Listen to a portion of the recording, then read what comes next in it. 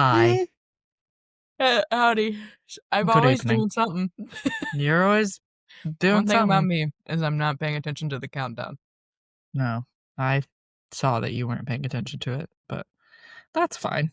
Doesn't really matter, actually. It's not that deep. No. How's it going? It's good. It's going good. That was a pause. I've been having a lot of fun because I am now an opal miner.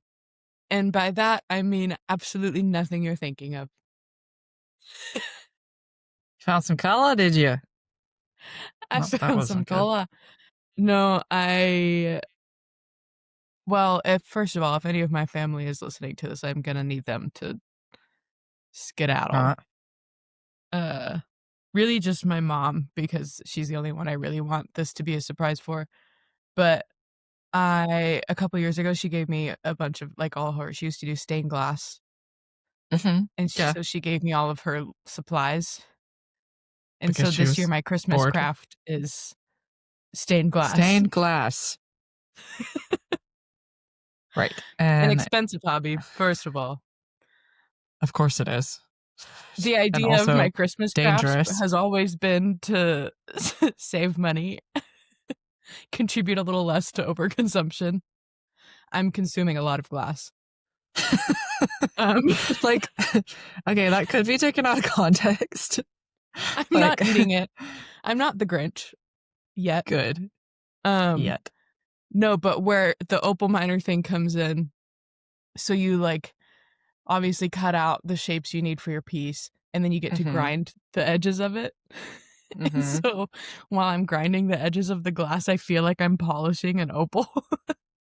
Right. And so in my head, I'm just, like, in the shop about to put the opal up for auction.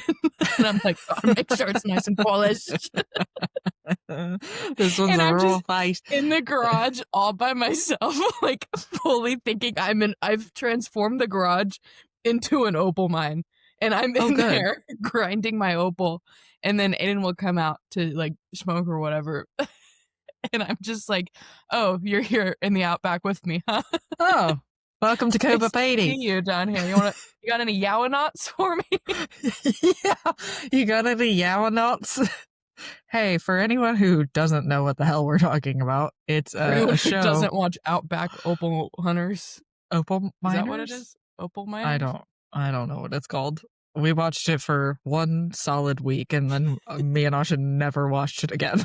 So. Outback Opal Hunters. Oh, Outback Opal Hunters. Yeah, it's exactly it does what it says on the tin. And everyone should check it out. Yeah, but if you want to scratch the itch without having access to opal, might I recommend grinding some glass? Yeah. I mean, I think Discovery Plus is probably a more cost-effective way to watch. Well, I have a lot of glass if anyone needs to borrow some. If I decide to stick with it, which it is fun because, again, I'm an opal miner now. Correct. But, you know, I also was having a lot of fun with air-dried clay, and we see how that turned out. So I'm trying to pace myself better. I started mid-November. I have one piece fully cut and grinded. It just needs to be foiled. Is that the one you sent me? Have you done any soldering? Not before? Yet. Before? No, obviously not. That is the act of melting metal, right? Okay. Yeah, it doesn't seem that hard. All right. People do make careers off of soldering, I'm pretty sure. So. No, yeah. But I think I can do it. But also, you know what I've heard is that women make better welders because we have smaller hands. And so they're like easier to, like, it's easier for us to stay steady. Like our fine motor skills, I guess, are better for the most part. Yeah. So it's easier for us to stay steady when we weld. So women welders are highly sought after. What I'm hearing from you is I'm going to be good at this with no flaws. Now, Katie, yeah, no, let's take ourselves down a peg. I'm speaking to myself too. Being bad at something the first time is okay. And I know you're going to say, hey, pot, it's kettle, you're black. But, like, before I do my I lost what I was gonna say. Oh, before I like actually solder one of the gift pieces, I'm gonna just take a couple scraps to put together and practice. Yeah, probably a good idea. So I'm not that. I'll practice before I go for it. Yeah. Well, that's exciting. I But haven't I'm very even excited. begun to decide what I'm getting anyone for Christmas. So, Well, feel free to commission some pieces. I can't promise any of them will be made in any sort of timely manner, but you might yeah, get them that's okay. eventually. That would be a good idea for my parents. See, I'm so good at I would be so good at business. I can't Yeah. promise an outcome or a timely outcome. No outcome, But no what I can timely tell you is outcome. I'll be excited about it for a little bit. I'll be excited about it for at least an hour. So that's the company promise. Cool. That's awesome. Well, as a what was I gonna say? A new player of video games, as we were just talking about, Mhm. and as someone who's not very good at working in pairs, it's okay to be bad at things. And that's what it is. Okay to be bad at things. Do you wanna It's okay talk to not about be your good at everything. video game experience? Yeah. It's I feel a bit like chuggy isn't the right word. I feel a bit like I've never been this girl who's like excited about video games, and so I feel a bit like, "Oh." Like I don't know, it's like kind of cringe, but like, yeah, we got a Switch 2 a week ago, and it is so much fun. I got Stardew Valley Mm, to play when I'm feeling anxious or anything like that, or like if I just want to play a calming game or something like that. mhm. Because I'm not really like Animal Crossing seems Careful fun, what but you I say. don't. I know it seems fun, but I also I'm just not. It never like appealed to me that much. I don't know. That's Um, fair. so I decided to get Stardew Valley because also Stardew Valley was like $15, pretty cheap, pretty easy. So I got Aiden that. tried or has been trying for so long to get me into Stardew Valley, and I did play it once, but I like seeing more detail. Detail. Yeah. I do find that that's And also, something I hate fishing. lacking. I hate fishing in Stardew Valley. I can't do it, and it makes me so angry, and therefore I I can't play it. I also just tried to fish in Stardew Valley, and it was really ridiculously hard for some reason, and Mhm. so I just decided to stop trying, and then Fishing is just not for me. eventually I will go back to it, but the guy gave me the fishing pole, and then he told me to try, and then it started like, I started to get catches, but then it just didn't, like I would, like, try and reel it in, Yeah, it never would. and it Yeah. didn't work. Um, Mhm. anyways, I haven't been playing much of that. I've been playing Zelda Breath of the Wild, which is, like, a beautiful game. It's a beautiful game. It's also so Mhm. detailed. Um, and then also Split Fiction, which is also very detailed and Play Split also, Fiction so like, actually a gorgeous game. Like, it's so cool. Like, it's just and, like, Ashin is a gamer and has been a gamer for probably, like, 10 years now, and Mhm. he just, like, keeps, like it's quite cute, like, he keeps, like, stopping when they're in the middle of the game, and he'll be like, "This is so well thought out." He's like, "This is one of the best games I've ever played." Like, he's like, "This is just so cool. I don't like." Oh my god, I wanna play it so bad. It's very cool. They've come out with this thing that's like Apple TV for your Steam, but then they also have the Steam Deck, which is like the Switch, but for PC games. Mhm. I'm learning so much, and it's a I've lot of recently been learning information. about a Steam Deck. Yeah, I recently learned about a Steam Deck, and it, like, seems really cool, and This then is like Austin and the I were like, second or "Wait," third week in a row that we've ended up talking about, like, our partner's tech. and, like, How did we where are our when did personalities? we yeah. Thank Where's you. my personality? That's all Where I'm did I wondering. go? Where Who am where did I go? who am I? Like, Aiden and Toby are camping. They were camping last night. I texted Mac at 7 p.m. last night and said, "What the fuck do people do when they're alone? I What do I genuinely do?" don't know. Like, I sat there on my couch. Let me set up a scene for you. I was on my couch, not sitting like a normal person, not sitting at any sort of comfortable seat. I was like half slouched, just Mhm. on my phone like this, Uh-huh. because I found some TikTok channel of a dude that posts like crazy natural disaster things. And so I was just Insane. sitting there Okay. like this, got sucked in from like 4 p.m. to like 6:30. And then And it's then dark I outside. looked And then up it's and was dark like, and there's this is a no lights problem. on. Yeah. Yeah. Yeah. And That's like, I was like, imagine. first of all, I had to take podcast notes because I hadn't done that yet. Mhm. Second of all, I have a million stained glass things I could be working on. Yeah, but Didn't like do any of also that. I do think like don't fault you. You're not alone very often, I would imagine, right? Yeah, I don't like it. Okay. I also don't like it. Um, but Austin travels a lot more than I do, and he just like I've gotten kind of like I don't go that many places. I'm very much like a homebody. I don't really like going on trips Mhm. by myself. And so I used to really, really hate it and like dread it. Mhm. And now I've kind of gotten used to it, and it's kind of nice to be alone because then like I think about, well, it just depends on your hobbies as well because like I really enjoy cooking, for instance. So I'll just Mhm. make all of the foods that I want to make that maybe he doesn't necessarily like whenever Mhm. he's not here. And I also always reserve one night for myself to order the takeout that I want, where I don't have to have an input from anyone else.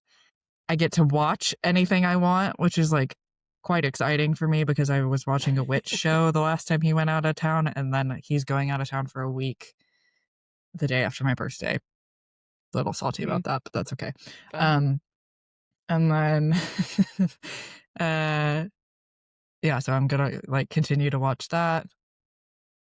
Now I'm gonna have the Switch to myself, which Which I'm show excited are you about. watching? It's called The Discovery of Witches. I don't know I if I would started that. recommend. Yeah, I didn't get much into it. it's not like it's not good. Like, I don't get sure me did wrong. start it though. Yep. Because It's not like I really liked The Magicians, and I've been looking for a show like that since I've then never heard of and that. haven't The found one. Magicians. The main character is the worst. Like, I'm talking worse than Rory Gilmore. Like, Ugh. truly you hate the main character, but you love all of the supporting characters, and it makes the show. I really liked it. Okay, I don't fair. know if You that's a hot realize take or not, but that is why I had to that is why I had to stop watching Gilmore Girls because I hated Rory you're Gilmore so really gonna much. hate the main. Not maybe not at the well. He kind of just is the most. He's just yeah. Maybe you won't like Magicians. Yeah. But It's really anyways, just yeah, Discovery of Witches is something that I watch when he's away. I save up things to do whenever yeah. Roshan's away. And then I also like I don't know, I'm gonna like have my book club when he's away. And like I Hmm. actually heard this girl one time be like, you should spend if you have a weekend by yourself and you're not used to being by yourself, you should spend like 30% of your time alone, 30% of your time, oh, like a third, I guess. Hmm. Not 30, but like a third of your time alone can be Hmm. alone. A third of your time should be around other people. So like going for a walk or something like that, or Hmm. like being around people, but not necessarily interacting with them. And then a Hmm. third of your time should be spent interacting with people. So now I take that and I like give myself a few Okay. nights to be alone. And so it doesn't feel Yeah. like I'm fully alone and then like you feel antisocial when they get back, but then it also doesn't Hmm. feel like Yeah, you've that's packed something I struggle yourself. with. Is like Aiden comes back, and I'm like, oh, now I'm being Yeah. perceived. Yeah, exactly. Huh? Which is what I Like my used to every move is struggle with. being monitored. I don't know how I feel about it, I used to struggle even though with it's like not. no, exactly, but I used to feel the same of like I used to struggle with feeling like either one extreme or the other. Hmm. Like I would be Like, I would have gone on a weekend trip or like gone out every night of the weekend or something like that. And so then it was like by the time he got home, I was exhausted and like didn't want to speak to anyone anymore. Or it was like I spent 10 days by myself and didn't speak to anyone except for my work colleagues. And so then I feel like, ugh. So I feel like you have to strike a balance. I don't know. Yeah. I didn't it was kind of a not necessarily a last minute camping trip. We just both forgot he was thinking about doing that until, like, Thursday. Yeah. And I And was then he like, "Oh, yeah, left. sure." Uh, Yeah. and it was just one night. So yesterday, Mac, Addie, and I ran errands for a good chunk of the day, and that was a lot of Mhm. fun. But then I came home and I was like, "Wow, I'm exhausted from running errands." Mhm. And I was like, "I'm just gonna watch a little bit of my show, and then I'll get started on notes." I knew that nothing could force me to start my notes. I had read the section of the textbook, so I was like, "I, like, basically know what I'm talking about." And also, this is Oh my something that god, I no. have thought about a lot.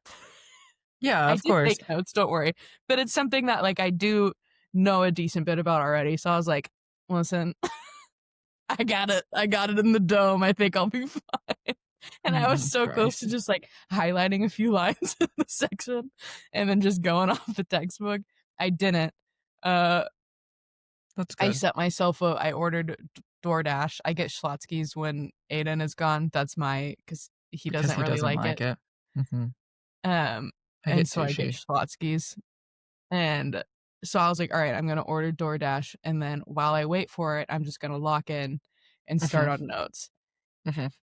And so I got started, and then because, I'm reminded, "Oh, yeah, I do care about this topic," I did get into it. And then my food got here, so I stopped and was watching Yellow Jackets, and I was like, "Okay, I'll just finish the episode." And so then I was sitting there, got locked back in on a show and not wanting to take notes. And I was like, "Again, it's in Mhm. the dome. I'll be fine." And then Paramount had a problem, and so they couldn't play the show, and I was like, "Okay, fine, universe." So then I Take took the rest notes. of my notes. And then I Good played job. Animal Crossing, and then I went to bed. And that was how I spent my time. So, does that And 2 hours of food. stress you out at all? I don't know. Like, genuinely, that's a genuine question, like, because that just sounds really stressful to me. Like, I can't but then the way No, that because I 'cause I'm take always optimistic about it. In my brain, I'm like, "Well, I can just take some notes in the morning. I'll wake up early, it'll be fine." oh, that's crazy. I never Okay, do, so but I that's not like that kind of stresses me out, but then the way that I take my notes also kind of stresses me out. So, like well, it doesn't stress me out if everything goes to plan, which, like, this Friday, everything went to plan and it was fine. But, like, some days, things take longer than I plan for them to, and then I haven't eaten at all, and it's 3:30 PM, and I could kill someone because I'm so hungry. But, like, then there's also times when, like, I have to plan, like, "Okay, Friday, I'm gonna go to bar." Didn't really plan for the fact that I wasn't gonna be able to walk after bar, but that's fine. Um, But you know what? That's not even your fault. shit happens. Um, that was not my fault, and I was in significant amounts of pain both Friday and yesterday.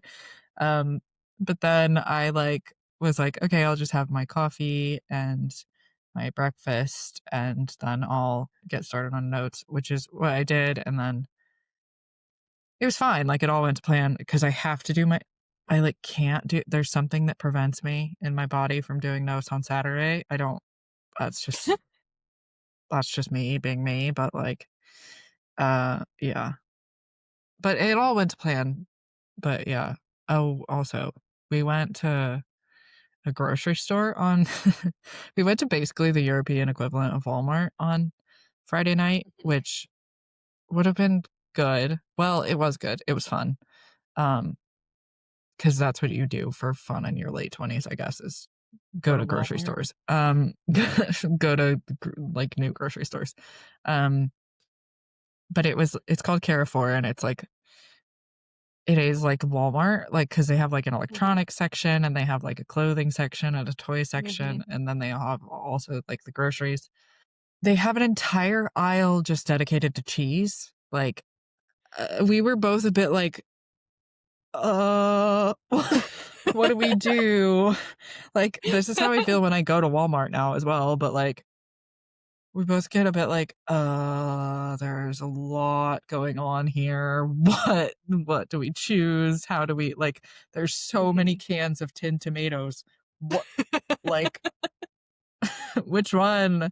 So I got a little overstimmied from that, and then there was about 500,000 people in the store, and so that was overstimulating me as well, but it was all fine, and then we had a frozen food bonanza when we got home, which is always fun. We've been having a lot of those, Nice. unfortunately, but that's just the perils of That's having a true. new gaming system. So we, like, don't wanna spend time cooking, we want to, like, game together.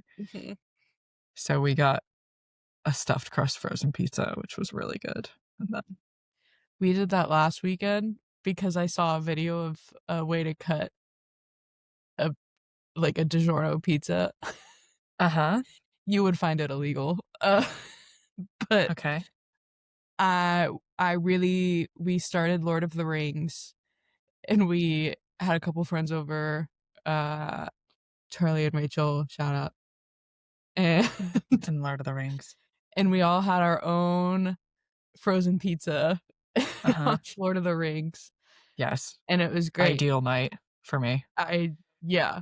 I hadn't seen it since I was a kid, and I realized that that is the movie that determined my taste in men, Yeah, that's fair. because looking at Aragorn, son of what's his face? I was like, yes, please," and then looking at Legolas, I was like, "Pass. You're not dirty enough. Pass. Sorry." Pass. So real, so And real. and you know what? Not dirty enough. I need some scruff. He's not dirty I need enough. you to Yeah. look like you've been outside for a 100%. couple weeks, please. 100%. Aragorn? And I just, like, Wow. truly, I haven't seen the movies since I was, like, 4 or 5, right? Yeah. But then I How did you had cut your vivid pizza? memories. I had I need to know. It's bothering me. I'm sorry. Well, it's the big slices. So you have a pizza, right? Yeah. I wish I had like here, a pizza, right?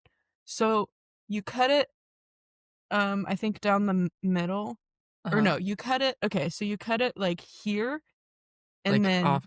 Okay. like so you have like an edge piece Off and an center. edge piece, and then you have one long cut down the middle. So you have two long pizza shaped pieces that are like in the middle, and then you basically have like two breadsticks, right? That's interesting. Okay. Yeah, that's fine. I'll allow it. Thank you. Continue with your story about I have vivid images. like memories of, in my brain, comparing Aragorn and Legolas and saying, I like the dirty better. This white Which this I white thought boy with was his silky hair. I didn't realize that was the source, because it wasn't until like 2 seasons ago of Survivor where I was like, I think I have a thing for dirty men. Yeah. It's like once they're on the island for a couple weeks, they all gain a couple points in attractiveness. Okay. I had noticed in my brain. Fair. I thought that was something I had learned from Survivor. Turns out it was Aragorn. Yeah. I can see that. We watched all the Hobbits over the last I year. haven't seen I've any of watched the Hobbits. We're watching them in the wrong orders. I think we should watch the Hobbits and then go back and watch the Lord of the Rings, because we watched all 3 Lord of the Rings in one weekend in February. That we had talked about it. Charlie and Rachel had some plans that I had thrown out there. I was like, what if we full commit? But Aiden's thing, if Aiden's gonna full commit to, like, obviously we're watching the extended versions, but if he's gonna full commit to the full weekend of it, he's gonna cook he made mulled wine for us for just watching the first one. Wow. But he's gonna cook meals. He's gonna cook the full day of a Hobbit He's gonna meals. do like fork and film thing. We're gonna have 11sies and supper and dinner, and That is committed. he wants to make all of the meals if we commit to a full weekend. Here's the thing. Okay, I sure. cannot take enough stimulants to make me be able to handle that. Handle the food? So, The amount of food? handle watching well, first of all, yeah, if I'm gonna be watching all those movies, I don't think Attention there's enough span. Got it. stimulants that could get me to be able to watch all those movies No, in that's order. absolutely true. You would not They could be the last greatest during movies on them. earth. You need some I need a break. I need dissociation time in the middle of them. Yes. I understand that. Yeah, and yeah, I'm if not Aiden not is like cooking that, the but whole I time, understand but it. if I was also taking stimulants, then I wouldn't wanna eat his cooking, so it would be a whole I would just have to raw dog it, and that's a scary thought. Yeah, that's fair. I don't know how I got on that. Anywho, But Lord of the anyway. Rings Lord of the Rings. and such. Great movie franchise. Get back. Shall we get into Let's get into it. Yeah. It? Okay. I'm gonna bum you out for 30 minutes. Hell yeah. So, back part 2 of water resources, freshwater resources. Today we're talking about issues with that. Uh-huh. Cool. So, let's start out with the daily water needs of a human. Obviously it's not like universal whatever human needs. It depends on the climate, individual people, Yes. characteristics, you know. So, an adult living in a moderate climate with moderate levels of activity should have about 3 to 5 liters of water a day. 3 to 5? Yeah. Really? Yeah. What's liters in? Well, this is 32 ounces and it's 945 milliliters. So 3 to 5 liters is 5 liters is like 170 fluid ounces. Or wait. Yeah. I thought it was your weight in half in ounces. Half your weight in ounces. I think there's a lot of different Well, information about how much water intake. apparently I have Personally, to drink. I have not enough, and I can guarantee that. I definitely drink a lot of water, but it's only when I'm like, I would say we have an 8-liter tank and we fill it up every day. So I think we drink quite a bit. But yeah, okay, anyway, so humans should supposedly be drinking 3 to 5. Supposedly humans should have 3 to 5 liters of water a day. That's insane, I think, but you know, But it is what it is. but that's drinking, so we use a lot more water than just that. So Peter H. Gleick, Gleick, he's an environmental scientist and founder of the Pacific Institute in Oakland, California, and he suggested 50 liters or 13.2 gallons of water a day total. And this was in 1999, to be fair. 50? And so 50 liters total, 13.2 gallons per day. And I'll tell you how he wanted that divided up. No, Do you yeah. know how much I would piss? Like, not for drinking. This is for total water usage in a day. Oh, okay. Okay. Yeah. So, yeah, Peter suggested 50 liters or 13.2 gallons of water in a day total. So the way he divided this out was 20 liters for sanitation services. So like flushing a toilet kind of stuff. That makes sense. I think 15 liters for bathing, which I did a little math here. I'm not entirely sure how accurate it is, but based on the average flow rate of shower heads in the US, which is about, I wrote this in the textbook in highlighter because it's all I had. 2.1 gallons per minute flows out of a shower head on average. So this is about less than a 2-minute shower. Okay. So 10 liters of water for food prep and 5 liters of water for drinking. Yeah, because every time you do something in the kitchen, you have to make sure that you do the little under the water, you know, the little. Yep. It's not a full hand wash. It's just it's just the tippies.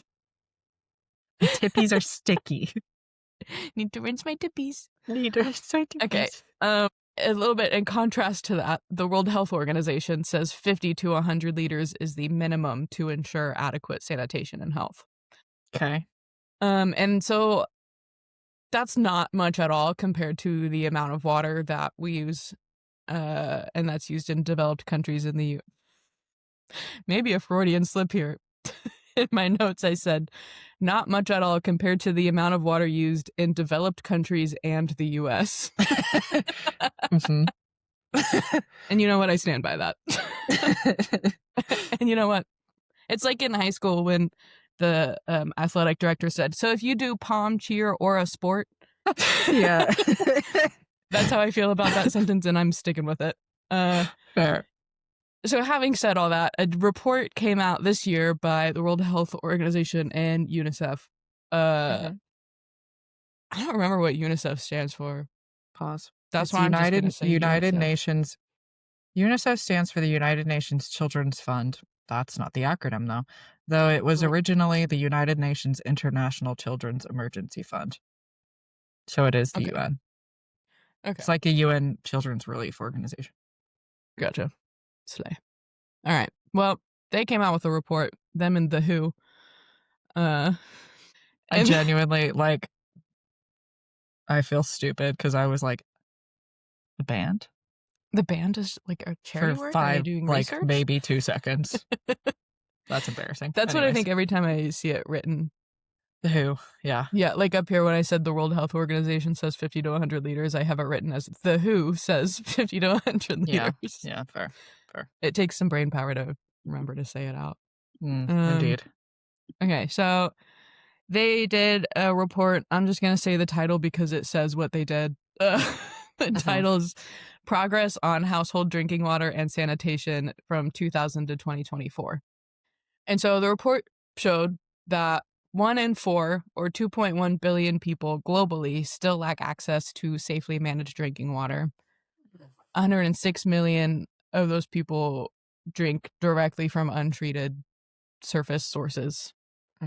3.4 billion people still lack safely managed sanitation.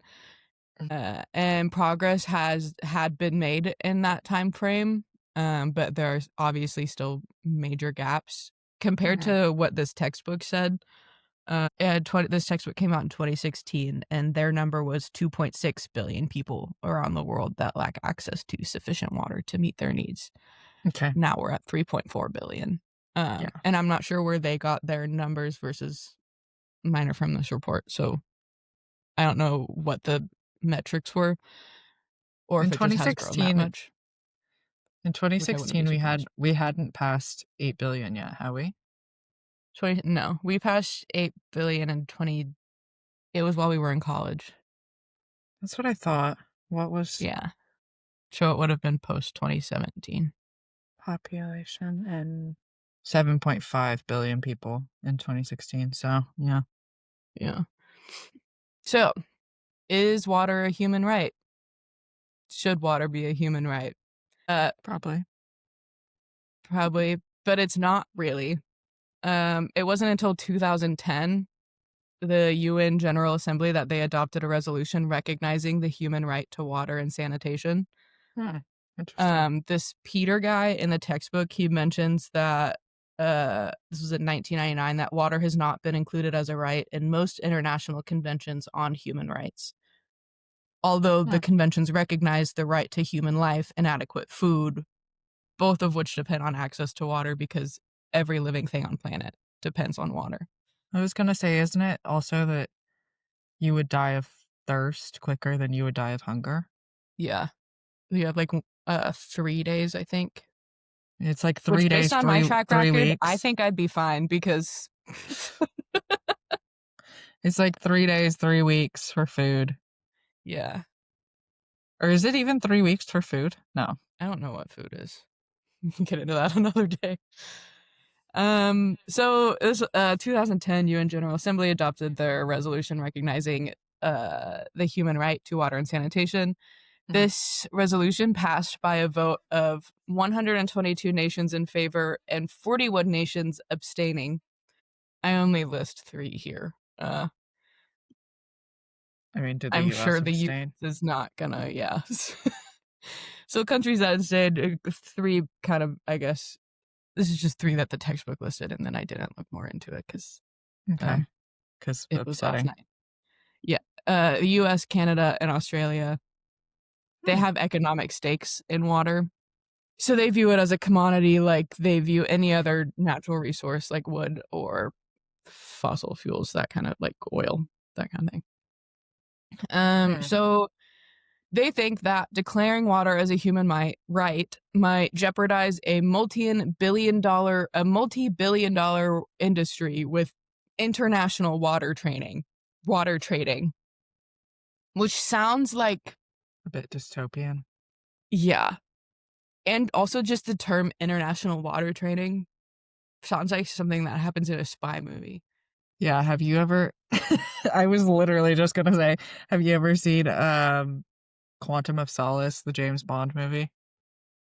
I don't think so. First of all, I mean, don't. probably at some point, Don't, 'cause I maybe, can, like unless it's I a can new James Bond movie. no, it's from 2008, I think. No, 2000 yeah, 2008. Uh, don't. It's not worth. Oh, cool. I can explain the whole thing to you right now. It's about billionaires hijacking water trade in Bolivia. Uh-huh. Actually, probably one of the more boring James Bond movies I've ever seen. Yeah, Fun. that's all Well, that yeah, this has reminded so me of. The international water trade, I was like, yeah, they're worried about James Bond coming and yeah, coming stopping and it. trying to So, give the water back to the poor people of Bolivia. Right. yeah, so, for example, what I had was something else, but we could also just say the James Bond movie. What did you have? But if water is a human right, what if some nations were required to transfer water across borders? So, like, would Canada need to ship water to the US to meet the demand of the US's growing population and depleting water resources? And That's an interesting thought, if actually. water is a human right, who is Human? human if water is a human right, what human is responsible? Sit. Do you know that that's how we refer to Willow whenever she's sat with her, like, her She's a legs human. splayed out? Yeah, yeah. She's sitting like human. Oh, I miss widows. I do too. Um, so another question, if water is a human right, who is responsible for creating the infrastructure and providing the water? Yeah, okay. The pro-human rights side, the pro-water as a human rights side, but the pro-human rights side is, Yeah. they view water as a part of the public trust that belongs to all species. So, these arguments continue. They're always gonna continue. They've always been going on. Yeah. History moment. The first known peace treaty was signed over water Do you know what it in, is? yes, I'm gonna read from the textbook. Hell yeah. Approximately 5,000 years ago, two Mesopotamian city-states, Lagash and Umma, went to war over water. They eventually signed the first known peace treaty, but their skirmishes continued for the next 150 years. And in Mhm. 1995, the vice president, Ismail Serageldin of the World Bank, declared the wars of the next century will be over water. Um, Now let's talk about how we're using our freshwater supplies. Okay. We already used most of it. So we talked about in the last episode, but what we have available to us is the surface runoff Mhm. um, that we get every year. Half of that goes back into the ocean during heavy rainfall anyway. Mhm. Another fifth of that is in remote places. So, like the Amazon River, can't Mhm. really get to that easily. Yeah. Um, things like that. So that all leaves about a third of the world's runoff accessible to human population centers every year, which Okay. is about 12,500 cubic kilometers of water. That's Humans not a lot, currently, is it? as of 2016, it's not a lot, no, in the grand scheme of things. Um, Humans currently use about half of the accessible runoff. So that was as of 2016. I don't know what it's at now. Okay. 20% of that is used for crop irrigation. That's the largest chunk taken up. Makes sense. The next largest fraction is for in-stream uses, which is basically just uses within a river or stream channel. So diluting sewage and other kind of waste, maintaining rivers as shipping channels, Oh. uh, providing for recreation and sustaining fish populations, stuff like that. Mhm. Industries and municipalities combined use about 10% of accessible runoff, and then a little more than 2% is lost to evaporation due to flood control infrastructure like water reservoirs and stuff. Uh, so when we talk about how we're using water resources, climate matters a lot. So arid and semi-arid regions have all pretty much maxed out with their water supplies and make up about 1/3 of Earth's surface area and support 1/5 of the global population. So Mhm. that's 1/5 of the global population that is at this point depending on outside sources for water, Okay. pretty much. Interesting. Yeah. So dry areas get most of their water from dams. In parentheses, I put fuck a dam. Okay. Uh, Hoover Dam. the purpose of dams is to capture runoff from streams and rivers and store it and then divert it where needed. And Mhm. they have other purposes. That's one of them. So you mentioned last week the Colorado River. And I said, I don't know if they talk about it in the next chapter, but I'm assuming, yeah. Yeah, Mhm. there's a whole section on it. So the Colorado River Basin is a prime example of dam problems and issues it causes in arid areas with drought cycles and Mhm. water shortages. So in the early 1900s, the Colorado River was booming. Uh, it drained an area of 251,000 square miles or 650,000 square kilometers, Jeez. which is about 8% of the contiguous 48 states, Mhm. and it was hardly modified by humans at that point. Interesting. Today, however, today being 2016, I don't think they've built more dams, but I again did not look that up. There are 265 dams interrupting the flow of the river. Oh my god. Uh, these dams provide water to people in 7 United States Mhm. and 2 states in Mexico, Wow, I didn't know that. including yeah. This is enough water to irrigate 3.7 million acres of farmland and support 25 million people living in the Wow. area. But it's so heavily drawn upon that the river rarely reaches the Gulf of California anymore. Okay. And the Gulf of California being in Mexico? Or no? The Gulf of California, wait, where's the map of the river? Could see me of Yeah, water. so it goes out, it drains into the ocean, like, right at the base of California, where California and Arizona meet. Oh, okay. It forms their border, I guess it kinda looks like. Yeah, um, but it rarely gets to that point anymore. Okay. Yeah, so there's a bunch of treaties and legal documents to allocate kind of how the water is spread out, Mhm. or distributed between the US and Mexico and the Native American tribes around it, Mhm.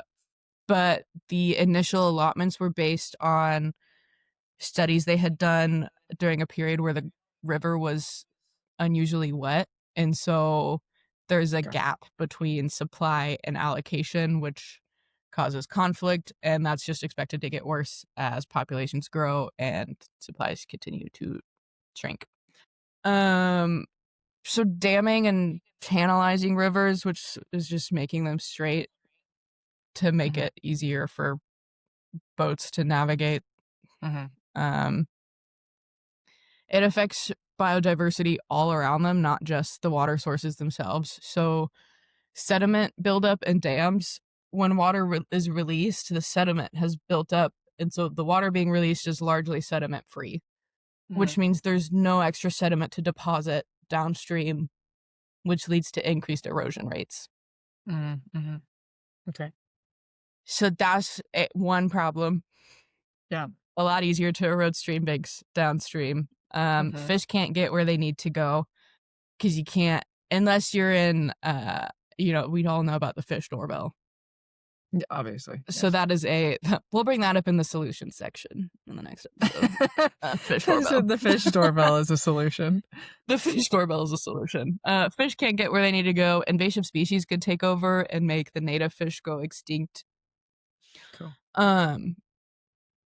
Channelization, rivers have natural flood and flow patterns, so they want to meander, and they create all kinds of wetlands, and a lot of these are fed through flooding, which is something that naturally happens. And so when you dam up a river or when you channelize a river, you're messing with the natural way that it wants to flood or move, and therefore all of these other ecosystems that are outside of that, like wetlands, who are one of the most biodiverse ecosystems that exist, are now not getting the water replenishment that they're used to from flooding. Yeah. And so biodiversity suffers as a result. Yeah. I run in parentheses, don't even get me started on wetlands. Yeah. I saw the fire in your eyes, don't worry. A while. So that's surface water. Now time for groundwater. Oh, also changing temperatures. When you release water from a dam, you're getting colder water from deeper in the dam, and that's changing the water downstream in the rivers. But fish can't really, they're not really adapted to quick changes in temperature like that. So having a out of nowhere temperature change from people releasing water in a dam is really going to mess them up. It's not groundwater. Groundwater is depleting faster than it can be replenished. So I said, when in runoff doubt, start digging. In places where they don't really have access to surface runoff, they rely on groundwater, which is about a quarter of the Earth's population. And groundwater accounts for 99% of liquid fresh water on Earth. So the problem with that is, while that is a lot of water, the majority of it, like 3/4 of present day groundwater, was deposited a long time ago. And water renewal rates can span from hundreds to thousands of years. So it seems like we have a lot, and some does get replenished every year, but it's like we already have this reservoir, and now we're taking out of it faster than it's getting replenished. Yeah. Makes sense. Yeah. So similar to fossil fuels, quote unquote, fossil water won't be replaced for a long ass time. Cool. In parts of Africa, water is being pumped at twice the rate it is being replenished by recharge, which makes the water tables fall, and oases in the Sahara Desert that people have relied on for centuries are drying up and disappearing. Thanks. Yeah. In 2000, the depth to groundwater in parts of the North China plain were dropping by 13 feet or 4 meters per year. Jeez. And the Ugalala aquifer, we love her. I wrote a paper on her. I didn't reread it for this, but I was supposed to.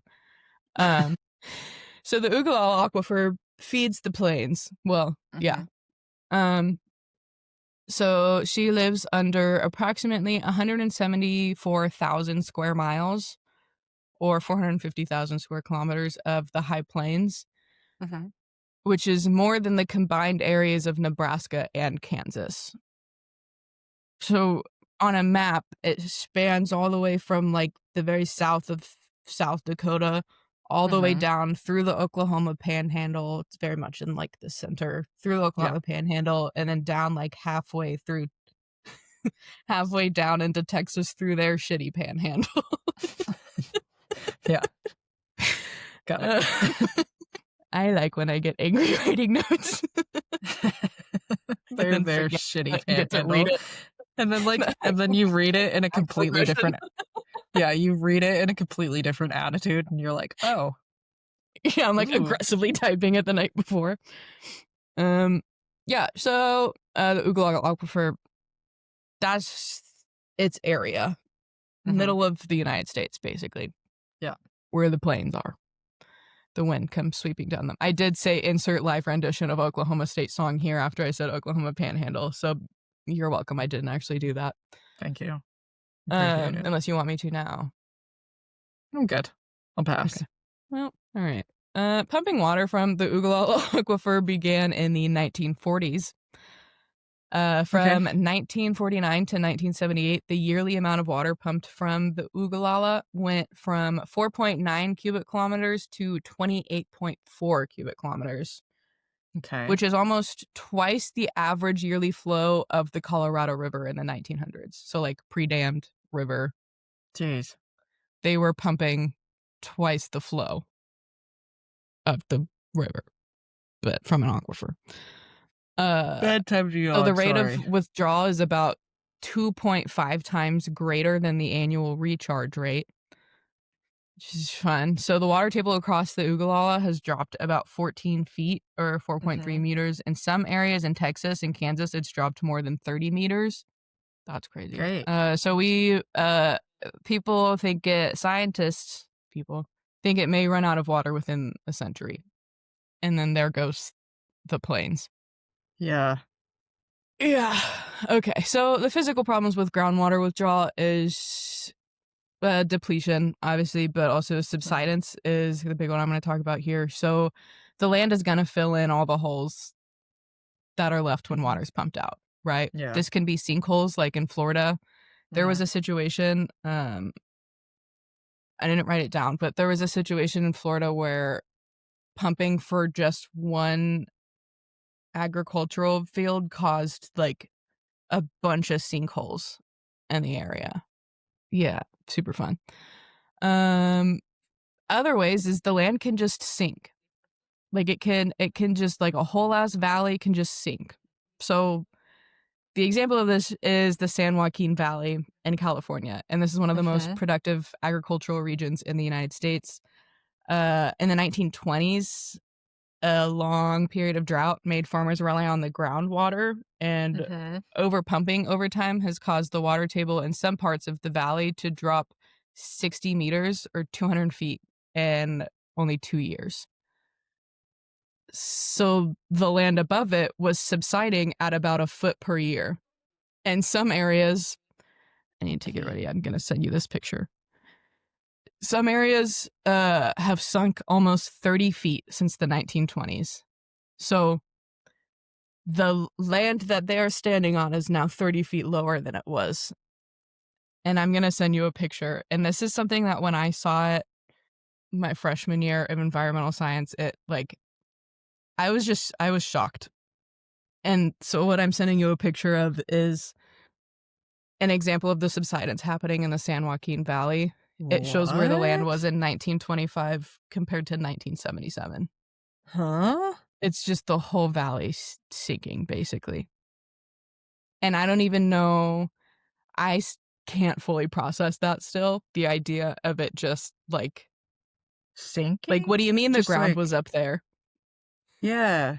Like, in my brain, I can only picture that happening in terms of sinkholes, but no, literally, like, the entire ground can subside down to fill where the water table was when you draw that much water out. It's like a telephone pole is what it looks like. Yeah. You should and cut obviously in a picture now of it here. All of that space was water. So now you're seeing how much, like, you can never get that back. You can't grow the ground up 30 feet. So water can't, like, the capacity is just permanently depleted there. So yeah, arid and dry regions are dealing with all of this the most. So one last thing, because I can't talk about water and not talk about AI. The textbook doesn't talk about AI because it didn't have to worry about it at the time. No. I'm going to talk about AI. So, data centers. Most of this is almost direct quotes from the website I got it from, because I didn't want to get any of it wrong. So this article is from the Environmental and Energy Study Institute, came out in June of this year. So data centers use more energy for typical operations and AI requests, and also use larger amounts of water to cool their processor chips. We measure their water footprint by adding up on-site water usage, water use by power plant facilities that supply water to the data centers, and also the water consumption that happens during the manufacturing process of the processor chips. Okay. So it's not just cooling the servers, it's the whole process from beginning to whole end. process. Okay. And it's not really monitored by the companies themselves. Obviously, they don't care about how much water they're using, but we can use similar measurements that we use to, like, for instance, measure fossil fuel energy, like carbon emissions. Okay. And I'm not going to get into AI carbon emissions because I'm just talking about water, but that they are parallel. Anyhow, on to some numbers. A medium-sized data center can consume up to about 10 million gallons of water per year for cooling Jeez. purposes, which is the annual water usage of about 1,000 households. Okay. Larger data centers can drink up to 5 million gallons per day, or Jeez. 1.8 billion gallons annually, Jeez. which is the usage equivalent to a town of 10,000 to 50,000 people. My God. Yeah. One report estimated U.S. data centers consume 449 million gallons of water per day and 163.7 billion gallons annually. Jeez. But they don't really track it. Like I said, Yeah. so we So rely you on the don't similar actually math to know. what we use for measuring their energy consumption. Ugh. Yeah, so uh, according to scientists at the University of California and Riverside, every 100-word AI prompt is estimated to use about 1 bottle of water, which doesn't sound like much, but think about the billions of people asking Using it. ChatGPT every day what a fart tastes like. Like, it adds up, you know? Approximately 80% of the water withdrawn by data centers evaporates, and what's left of that is just discharged to municipal wastewater facilities that weren't designed to handle that insanely high amount of water. That much So, water. yeah. So it's also bad for like water treatment then. Yeah. And the water is also taken away from the nearby communities, which are, of course, the data centers are placed disproportionately near neighborhoods of low income or people of color because racism is alive and well in the United States and everywhere. Yeah, so maybe think about that.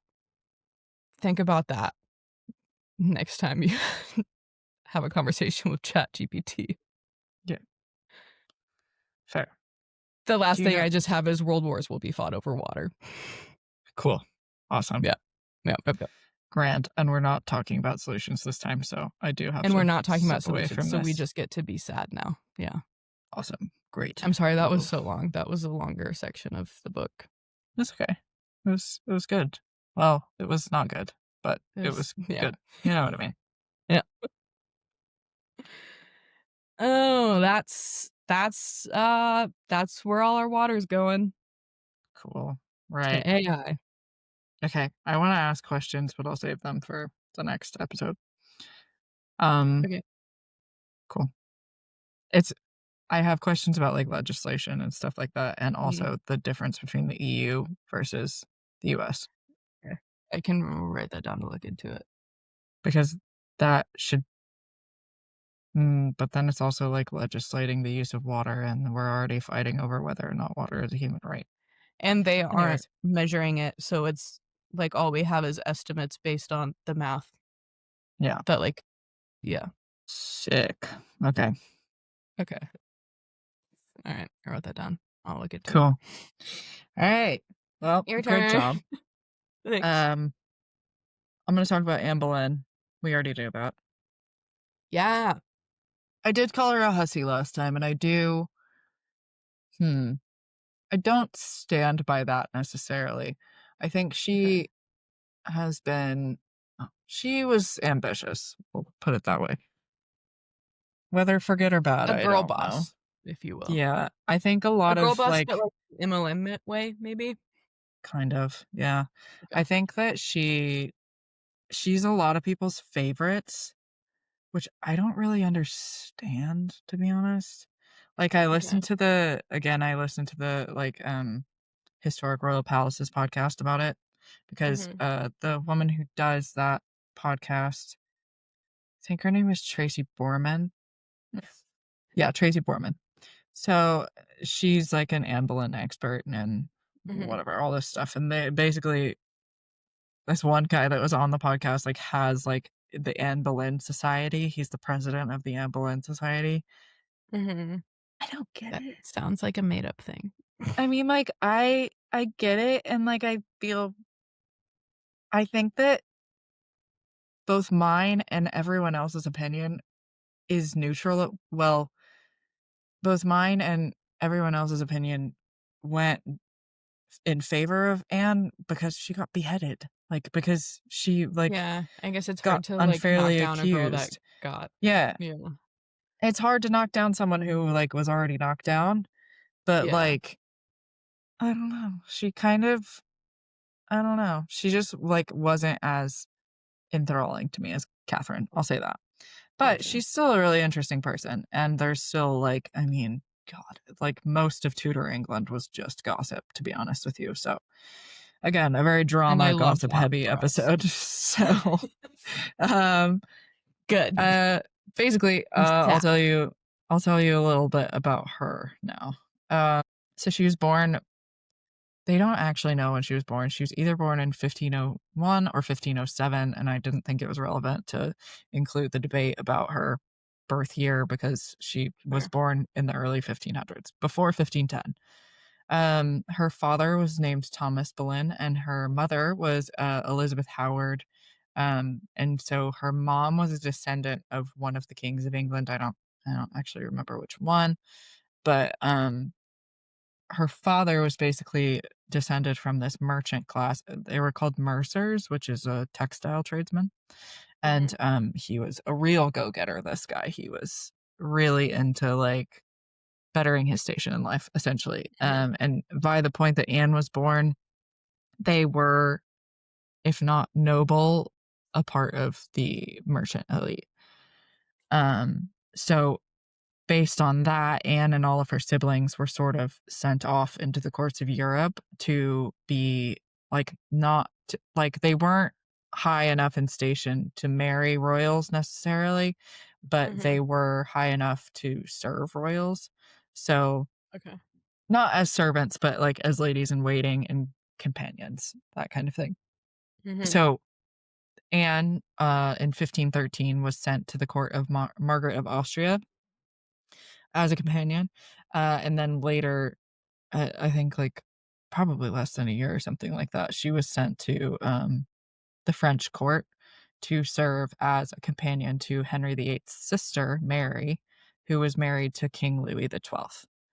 And then King Louis died, and she Mhm. was then kept on for the next queen, for Queen Claude, for 7 years.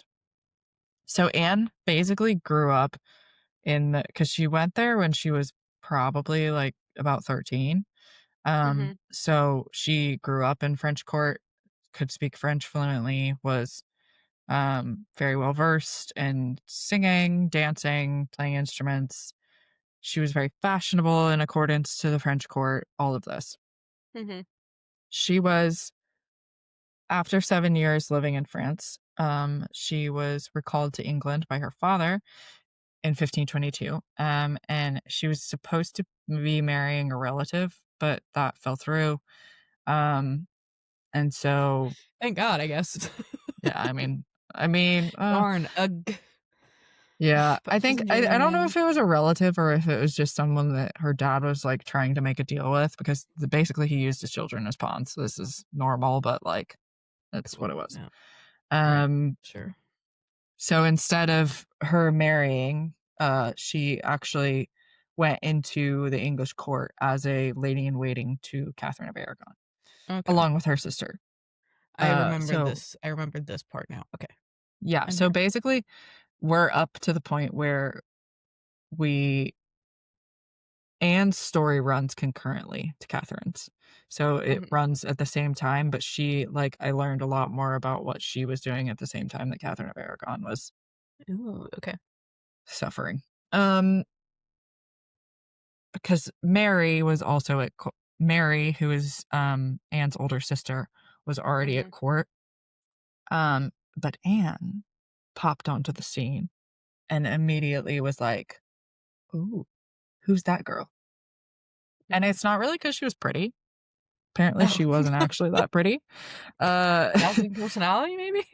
yeah, that pretty much it. Yeah, she was And one you of know those what? people. Same. And you know Uh, what? We're all personality hires here. 100%. But also, I mean, I get it though. Like, there are girls who are, maybe not like. I mean, I just feel like in the grand scheme of things, a girl with looks and no personality, and a girl with personality and maybe worse looks than the girl that looks like a model but has no Mhm. personality, that girl's gonna win every time. I mean, Yeah. I Yeah. just genuinely think that that's the way of the world. Like, she was And I would interesting. agree. You Yeah. could talk to her for more than 5 minutes, that kind of Mhm. thing. A concept. Yeah. A concept, a woman having a brain. Um, so she wasn't also but because also, like, Tudor standards of beauty were quite narrow, and so Mhm. we don't actually know. I mean, I think, like, even at the time, like, people didn't really think she was that pretty, but, like, we don't know if that's just because she had dark hair and dark eyes, or, like, if because Tudor standards of beauty were quite narrow and they just didn't look like they, like, I mean, like, they plucked their hairlines to be higher because they thought a higher hairline was, like, in vogue, like this kind of thing, Mm. and everyone was all pasty white and Big painted themselves as forehead. white as possible. 5 heads Yeah. were so in. 5 heads were in, and, like, yeah, I guess And you know that's a what? thing. Maybe I should have been around. I would have not done well as a in those times. I My mean, whole, thing, I don't think fits no, in with the women of the time. I genuinely think that, like, no, like, I think that Think I do okay? yeah, I do. I think both of us would, because we have voluptuous hips, you That's know? true, I do have birthing hips. We got the I have an birthing hips. asset, if nothing else. Indeed. We both have assets. Yeah. Uh, Okay. Fair I enough think we then. would have done fine. Anyways, if anything else, like, we would have just been considered plain, which is, like, fine, you know? Like, they didn't Yeah. really, like, think anyone was, like, ugly. They were like, "Ah, she's I just mean, plain," in all of you know? the paintings, I guess, I I see know. from the I'm kinda time, I like, mean, they're and not she was hookers. considered a great beauty, and it's like, "Ooh, god Mm, damn." okay. Really? That makes So, me feel anyways. better. I also think I would hate having to follow any sort of rules, though, and there were way too many back then, Well, just about yeah, how to but function. I think that's where I would be yeah, like, but in you wouldn't Bridgerton, know the any one better, the one the one that I like. Eloise. Yeah. Yeah. But I think that there's, like, it's kind of like, well, you just acted this way because that's the way that it was. You don't have Yeah, any I guess I modern wouldn't have sensibility known in that your I had head free to be will. like, Yeah. precisely. Like, if you don't have the concept of free will as, like, a thing that you can exercise, then That's a good point, because that is something I did learn relatively recently in life. yeah. So, cool. Anyways, so yeah, she wasn't that pretty, but she had this je ne sais quoi, literally, that everyone was like, "Oh my god, she's from France. Oh, She's wow. not like other girls. She's not like other Mm, girls." Literally, yeah. that's what it was. Um, she had this, like, allure that no one could, like, really put their finger on, but she was also Mhm. really good at flirting, apparently. So, like, I think Cool. that also, like, wows She's probably like, I'm not a flirt. I just like talking to people. Like, yeah. I just get along. It's like Mac. Anytime she tries, like, Addie gets mad that a waitress gives Mac her number. And She's Mac's like, got the I'm je ne just sais nice quoi. to people. And I'm Addie's just like, nice. you flirt with Sure. everyone. Okay. Yeah. the je ne sais quoi, the, like I mean, that's I think, Mhm. again, that proves my point. I think that this goes up until today. Basically, Austin is listening to a podcast about Elizabeth I right now, so we've had a few talks about Anne Boleyn in the last week, which is kind of fun. Uh, so, yeah, she just, like I don't know, she just, like, had all this knowledge and was very, like, adept, and then also she Mhm. was willing to put herself out there, and I don't think this has changed, like, people are just kind of easily manipulated whenever you're, like, good at talking to them, like, when you have Mhm. good social skills, so, Yeah. yeah, that's that. And fair. I get it. Um, her sister Mary, like I mentioned, was already a lady in waiting to Catherine of Aragon, and she was also mistress to the king. So, she Mary So was sweet. probably a mistress for This is Henry like, oh until my god. what? Oh, this was the original Scandival. You don't I watch don't Vanderpump Rules. no, I don't. Someone will know what I mean and Okay, well, understand. hopefully So someone you can knows what you mean. continue. Okay, sorry. It's okay. It's okay. But basically, her older sister was a lady in waiting to the queen and also messing around with the king. Because Mhm. I Mm, think that the I Boleyns guess I all don't wanna got call this, Tom like Sandoval the king, but well, mm, similar never mind. Well, we don't have to get into Vanderpump Rules since you're not gonna know what I'm talking about, but thank if you. anyone wants to discuss this with me, Hit her up. please. I have things to talk about now. Okay, Compare it to continue. the yeah, write up a report, you know. Yeah. Um, she was probably a mistress until 1525. But Henry definitely encountered Anne before then, so before 1525, probably in they think it was March 1522, because there was this court masque that was held by which is a play, basically, uh, Mhm. kind of like a perform like an interpretive dance performance kind of thing, held by Thomas Wolsey, where she played one of the main characters, and her character was called Perseverance, which is pretty true to who she was. I think Anne was probably like, "Oh my god, the king is here. Whoa." But Mhm. Henry, like, didn't really, you know, He was just a guy. yeah, he's just a dude, and she was like, "Oh, he's the king. That's cool. Mhm. Cool." Um, but because we know that because Anne had at least 2 courtships before Henry. Particularly, she, fell in love with a man named Henry Percy, who was the later Earl of Northumberland. But her father was like, "No, you can do better than that," and basically, like, cut it off. They were planning to marry in secret, all of this, like, and Oh. her dad thought that since she was in the court Okay. of Henry VIII, like, she could do better. So, cut that off. And Mm. he was unfortunately right because by Yeah, I 1526 guess she got the king. yeah, by 1526, Anne's mystique had gotten around, and, she was Okay. kind of the talk of the town, and so that's when Henry, who is, like, if you say jump, he'll say how high, Mm. was like, "Oh, I'm obsessed with her," immediately. Mm. Mhm. Um, Not immediately, it took him a while, but Henry is now in love because Cool. after 3 years, he's like, "This girl's hot." However, we discussed this last time, but Anne would not become the king's mistress. This is probably not because she was virtuous. It is probably because she was holding out Mm. for the crown, which Mm. get your bag, girl. Fair enough. But Yeah, and like, you know what? Was it by any chance was, Kris Jenner her momager? no, but I do feel like Thomas Boleyn, her dad, was like He similar. was. Like he was a We have dadager. the original Kris Jenner. We Yeah. have I'm telling you, the Bravo universe I guess Kardashians isn't really Bravo. It used to be, didn't it? I don't know. That doesn't matter. The Bravo universe is based on if that existed during the time of the Tudor Queens, History that's doesn't, all I have to say. history, how do I say this? History doesn't necessarily repeat itself, I don't think, but it does take on similar and strikingly parallel tones. Let's say that. So, yeah, I think Which I guess there are more examples of that than the Bravo universe. Well, but I think that's a pretty good example, to But be I think that's honest a with pretty you. good one, and I'm sticking to it. Andy Cohen, you need to learn about the Tudor Queens. Andy Cohen. They would have St. Louis loved Andy King. Cohen. They would have, yeah. They needed a moderator for sure. Yeah.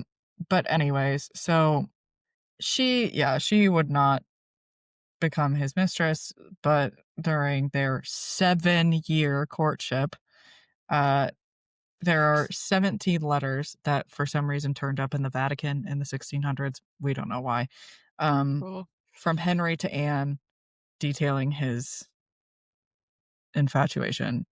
Okay. He declared that his heart belonged to Anne alone, and he hoped his body would soon also. Disgusting. And then he signed it with a heart around Anne's initials. That's so middle school. I know. Well, I think Henry was just mostly middle school. Okay, also now I'm gonna say something that I don't really want my mom to hear, but whatever. He also said he wanted to kiss her duckies, which is slang for boobs. Okay, I'm adopting that. I hate it. Duckies? Duckies. I don't know. There's no way to make sense of it, if that's what you're trying to do. I am. What shape were their boobs back then? I don't know. like like 50s, like torpedo bra shaped. Yeah. Like that's the only thing that makes sense to me. Okay. Anyways, moving on. So basically, less than a year into the infatuation, Henry proposed to Anne, and she accepted his proposal. This was 1527. If you'll keep in mind, he was still actively. Okay, was this before or after he created his own church? Before, actively still married to Catherine. So he proposed in secret, and then they needed to get Catherine out of the way. So we know how that initially went for Henry because, Catherine giving the star performance of her life at the trial and, having her nephew had conveniently kidnapped the Pope. So, we know how that went. But then Anne, most likely, though this does seem very convenient to me that she's the one who's... Speaking of the Pope, sorry, but we're gonna have to talk about the Pope. Oh, do you mean the EDM show? The Pope. Yeah. We're gonna have to bring that back up at the end. So I just don't. Side note, so we don't forget that we're gonna have to get back into it, but we can do this first. Yeah, fair. Okay. Yeah, we could. Yeah. Okay. So yeah, we know how that went for Henry, but then Anne. I just think this is quite convenient that she provided Henry with a copy of William Tyndale's Obedience of a Christian Man, which argued that the Pope was not the supreme authority of Christianity, but that the Bible was. And that's what gave Henry the right to rule the Church of England. Henry was the only ruler with authority bestowed by God. I said, thus, by some effed up logic and probably the transitive property, Henry was the only ruler with authority bestowed by God. And then immediately below that, I put a note that just says K, period. I just don't think, I just think that this is all a little bit convenient, and I don't know that Anne really provided that to him, but whatever. That's the story. Cool. She had already, by this point, also had taken up all of the queenly positions that she possibly could. Officially, besides sleeping with Henry. So she's living in Greenwich Palace, which is Henry's favorite palace. She is, acting as the queen. Palace. I know, imagine. She was acting as the queen in court. All of this. In the middle of this, whenever she took up all these positions and started being officially the queen, Henry exiled Catherine, this would would have been in 1531, and moved Anne into his favorite palace. Conveniently also, Anne's entire family and everyone associated with her was lifted in position. So her dad was given the title of Earl of Wiltshire. Her brother was a member of the Royal Privy Chamber, which is like the king's inner circle, I think, like kind Okay. of like the ladies in waiting, but for the king. And then their family chaplain, who was named Thomas Cranmer, was given the title of Archbishop of Canterbury, who is the most powerful person in the English church besides the king. Oh, So, cool. Okay. oh no, not the jaw. We're okay. Anyways, even more conveniently, Cranmer was also the one who approved the annulment of Henry's marriage to Catherine in 1532. I was like, no one like mentioned that, but I was this guy. So it's thought that the pair actually wed in secret in 1532. I think that that's probably just a way to cover up the fact that she was pregnant by the time that they actually got married.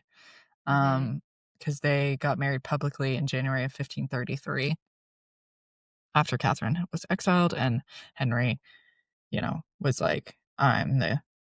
No, he hadn't said this yet, but he was like basically breaking from the Catholic Church, and saying, well, my marriage is annulled because this guy said it was. But, that's kind of I made bullshit. my own church. And then Anne was subsequently crowned queen on June 1st, 1533, when she was 6 months pregnant. So she was visibly pregnant at her coronation. Everyone, keep in mind, everyone hates her, like fully hates her. Right, yeah, like, because they stuck with Catherine. because she Yeah. was like They said, "I'm technically with the her." rightful queen. Yeah. I mean, unless you want to say that this was like rightful, that he just like broke away from the church that told him no, and he was like, meh, whatever. So she was 6 months pregnant. That did not endear her at all to the public, basically. They kind of thought that she was okay because, like, basically everyone and their mother thought that this baby was going to be a boy. Like, the court astrologers and the doctors all said it was going to be a boy. Everyone thought it was going to be a boy, to the point where they, like, had already drawn up birth announcements saying it was a prince before the baby was born. There was a tournament that was planned.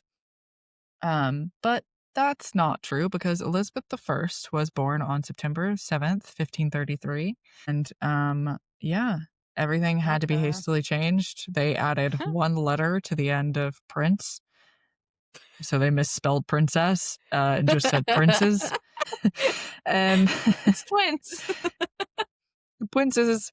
And then they canceled the tournament. That's so funny. So Typo. basically, they, like, even in her coronation, she was draped in like white and gold, trying to be like pure. And then also she was crowned with St. Edward's crown, which is only used usually by regnant monarchs. But because it was like, so monarchs in their own right, so kings. But because it was thought she was having a boy, everyone kind of excused it, which is a theory that was posed by a historian named Alice Hunt. Yeah, like I said, the public was really not having it, especially when she didn't end up having a boy. They were like, oh, this woman just won't go away.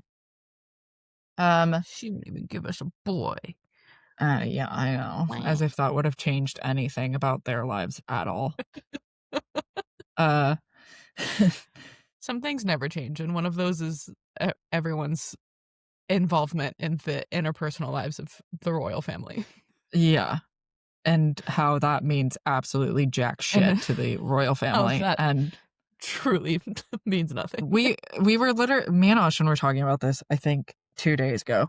We were like, it's insane, like, to think that because this part, like, we still have this idea that, like, okay, you were born into this family and you, like, supposedly your family was bestowed this power by God, and so you get to make 1,000,000 times more money than me for that reason. Like, that makes no sense. Like, whatever.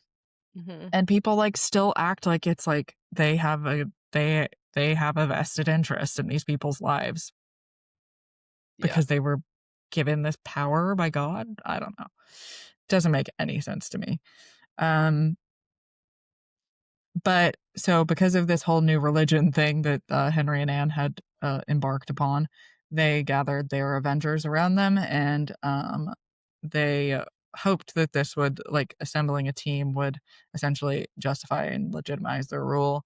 Um, they threatened to pull funding from churches unless they converted to Church of England.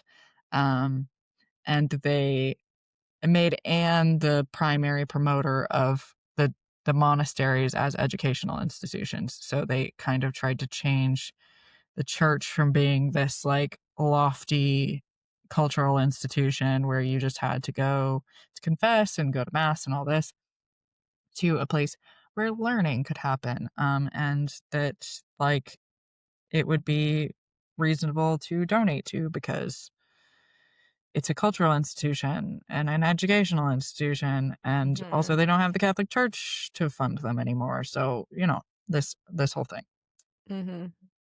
So, this is kind of the beginning of the end for Anne because she started taking on more political roles, shall we say. Um, and yeah, she as she became more involved, she became more opposed to this man named Thomas Cromwell, who was, uh, for all intents and purposes, Henry's lawyer.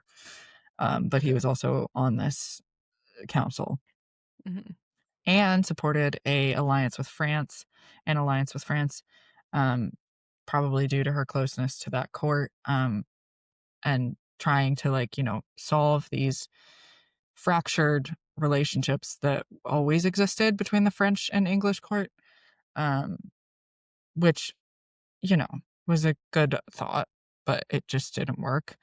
Um, Cromwell himself wanted to ally with the Holy Roman Empire and Charles V, which, eh, that was not gonna work out. I mean, he's Catherine's nephew. Like, Charles didn't ratify the marriage between Anne and Henry, which Cromwell and Henry decided to blame on Anne.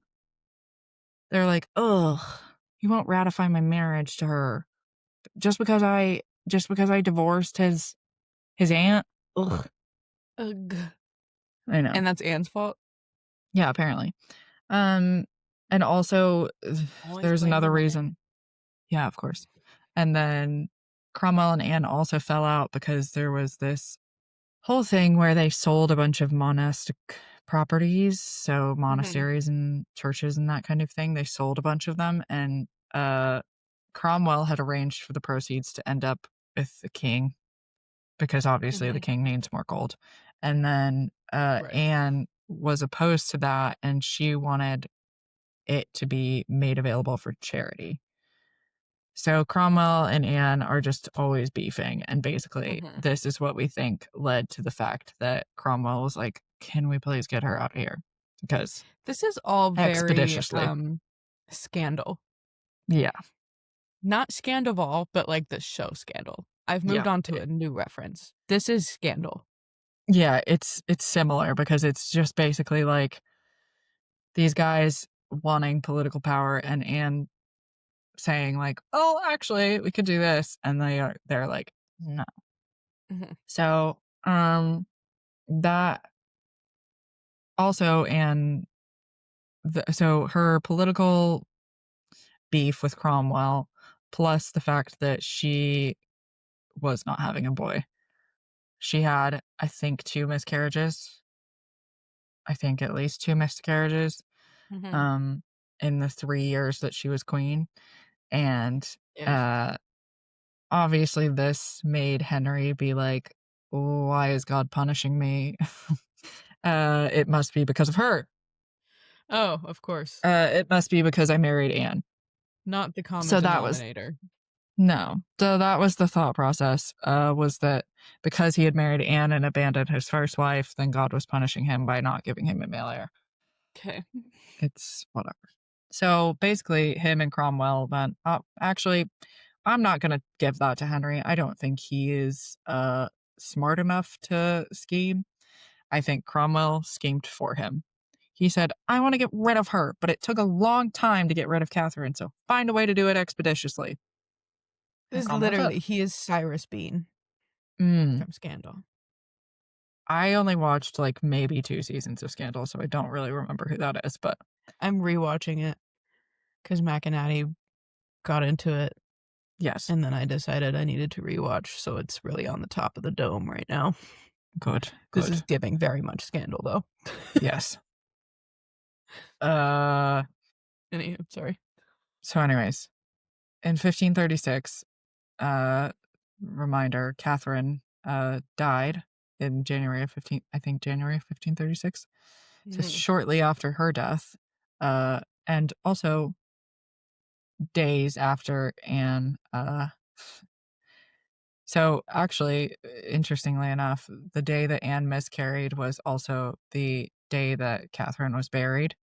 So also within that time, it's like a reverse Trisha Paytas situation. I'm really coming out here with all I of know. the All the pop culture references. Yeah. Sorry. It's okay. I understand that. I don't know if that's a chronically online thing though. Who knows? But basically in the next couple of weeks or months, charges were leveled against Anne that she had committed adultery, incest, and treason. Oh. Great. So they alleged that she had slept with 7 men, including her own brother. Okay. Basically, the thought that they had behind this was that she was, again, really good at flirting. And at one time she said, like, she said to one guy that she was flirting with, like, oh, you don't want to wear the dead man's shoes, which was just like a 16th century way of saying, like, oh, you don't want to, like, have the leftovers, essentially, from the king. Gotcha. But she was just flirting with him, and it wasn't, like, anything crazy, but that's where the Right. charges of treason came from. Basically, even apparently mentioning that the king as dead was, grounds for treason in some cases. So, yeah, that spun into a whole thing of, like, she's conspiring with her lovers to kill the king. Obviously I mean, like, I see clearly where A Mm. led to B. Mhm. Yeah. So 2 of the 7 were released without charge because they didn't have enough evidence, obviously. This so the whole reason that they were charged with treason as well is because, or that she was, is because one of her supposed lovers, I think 2 of them actually, confessed apparently to having an affair with Anne. Whether or not this was true confession or the fact that they were being tortured, which they were, uh, yeah, that's probably the reason why, they confessed, because Henry was using I really liked the way that one of the, articles put this, like, it was either one of the articles or, one of the podcasts, but basically they said, like, you know, law was not justice, during this time. It was a vehicle of powerful people getting what they wanted. Um, and that's just what this was. And it didn't help that Anne was basically blabbing everything to the constable of the Tower of London when she was imprisoned there. Because she didn't have anyone to talk to. So, like, I don't know. So, on the morning of May 19th, this is when she was. So, basically, they also had this whole thing of, like, her being a witch just for fun, I guess, because apparently she had bewitched Henry, and that's why she was able to become queen. Again, no taking into account the fact that Henry is just stupid. and easily manipulated. Yeah. So she was convicted, Again, just obviously. like Fitz and Scandal. Yeah. She she was convicted, obviously. Five of the 7 men who were accused were also convicted. They were executed on May 17th. And then Anne, this is the account of the constable of the Tower of London. And he said, on the morning of May 19th, Kingston wrote, "The morning she sent for me that I might be with her at such a time as she received the good Lord, to the intent I should hear her speak as touching her innocency, always to be clear. And in the writing of this she sent for me, and at my coming she said, Mr. Kingston, I hear I shall not die afore noon, and I am very sorry therefore, for I thought to be dead by this time, and past my pain.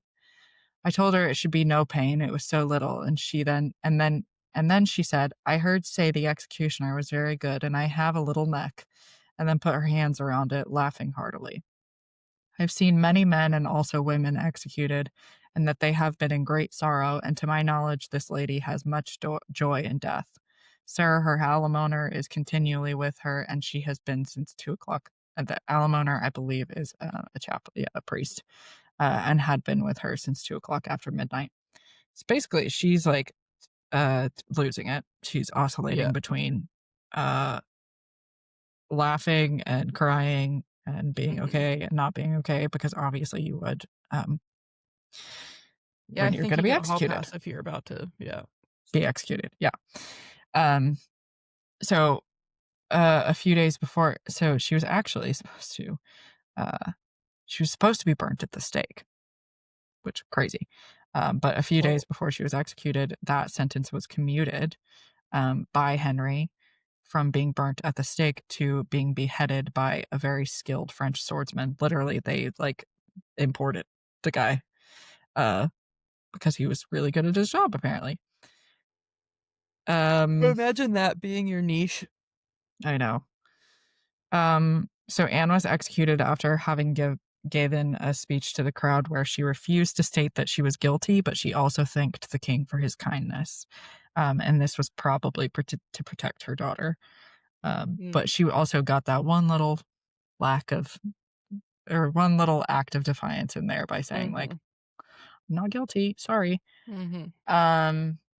It only took one strike to kill her, which is good.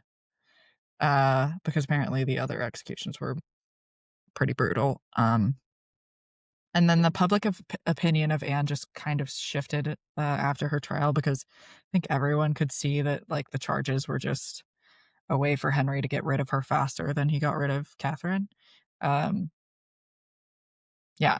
Instead of taking years and, like, going through the process of annulment, the arrests from the arrest to the execution of Anne, it took like a month. Damn. And then he was free to marry his next wife, who we will talk about next week, who was the opposite of Anne in every way. She was pure and very, like, bubbly and lovely and very classically educated. And that was Jane Seymour. So Wow. she was already a mistress, and now 11 days after Anne is executed, Henry marries his next wife, and we'll talk about her next time. Wow. Yeah. Anne Boleyn. What a gal. Yeah, he really was like, you know what? The whole process last time was a little too much. Why don't we just Yep. How about? Yep. That's tough. So that's Anne. My opinion of her is different than it was. Yeah. She's not I didn't have an horrible. opinion of her. She's not, like, horrible. I don't find her as compelling as Catherine of Aragon. Yeah. So that's that. I would agree with that. I enjoyed that. I really want to talk about the Pope's EDM concert. Yes. My laptop does have 10%. So Okay, we'll make it really, really quick. Okay. I thought I was watching the New York City ball drop. The New Year's Eve ball drop. And I thought the camera was going to pan over to Andy Cohen dancing around Anderson Cooper. Pope Leo was just benedicting everyone. For the first, until it clicked that they weren't obviously, and like it wasn't for the first like 2 seconds. I was like, is this what, like a looks like the ball drop? And then I realized, nope, that's the Pope, and he's in front of the Catholic Youth Conference, supposedly, I think. Yeah, I saw some big church looking thing. I think it was like a European conference of Catholic youth, because that guy who was that the context DJ helps. Yeah, I thought it was the DJ. This is what Sunday service is now. No, the guy who is the DJ is a Portuguese priest, who that is his full-time job. Jesus DJ. Padre, what's his face? God's DJ. I don't remember his name. Yeah, and Pope Leo said, I guess I'll send a video to put on top of a lo-fi EDM so track. It was just, okay, I thought he was actually It was an introduction to the... projection. No. Okay. It was an introduction to the EDM concert. Okay, the context helps me a lot. Yeah. That's what it was. But that was a wild experience. That's really something where you sit back and you're like, God, vibes. So this is what being in 2025 is like. The Pope with a Chicago, like a deep Chicago accent is, at an EDM concert, blessing all the kids. And you know what? I was born in the right generation, I guess. Good for him. Good for him. Things that would make Victorian children yeah, I wouldn't even know how to explain that to them, to be honest with you. Oh, good shit. All right. Good shit. All right. We'll catch you on the flippity flop when we get to talk about Janie girl. Yeah. And more solutions. Next week will be better. Next time will be better. Next one will be better. Also, happy birthday. Oh, thanks. I know it's technically my birthday episode. Yeah. Thanks. 27. Austin's taking me to dinner on Saturday night, to a mystery dinner, and then we're gonna have some drinks after. And then he's going out of town for a week. So fun. Cool. Fun. All right. Catch you on the flippity flop. Bozos. Bye. Bye-bye.